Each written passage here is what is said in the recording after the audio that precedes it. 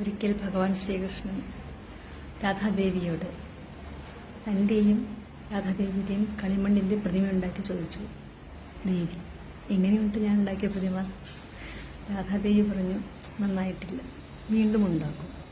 അപ്പോൾ ഭഗവാൻ കൃഷ്ണൻ രണ്ട് പ്രതിമകളെയും കൂട്ടിക്കുഴച്ച് വീണ്ടും ഉണ്ടാക്കി. എന്നിട്ട് ചോദിച്ചു, ദേവി ഇപ്പോൾ എങ്ങനെയുണ്ട്?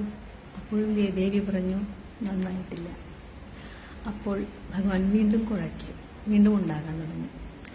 ഇത് കേട്ടപ്പോൾ ഒരു സഖി ചോദിച്ചു രാധാദേവിയോട്, ദേവി, അവിടുന്ന് എന്താണ് ഈ പറയുന്നത്? ഭഗവാൻ ഇത്ര മനോഹരമായിട്ടാണ് പ്രതിമകൾ ഉണ്ടാക്കിയിരിക്കുന്നത്.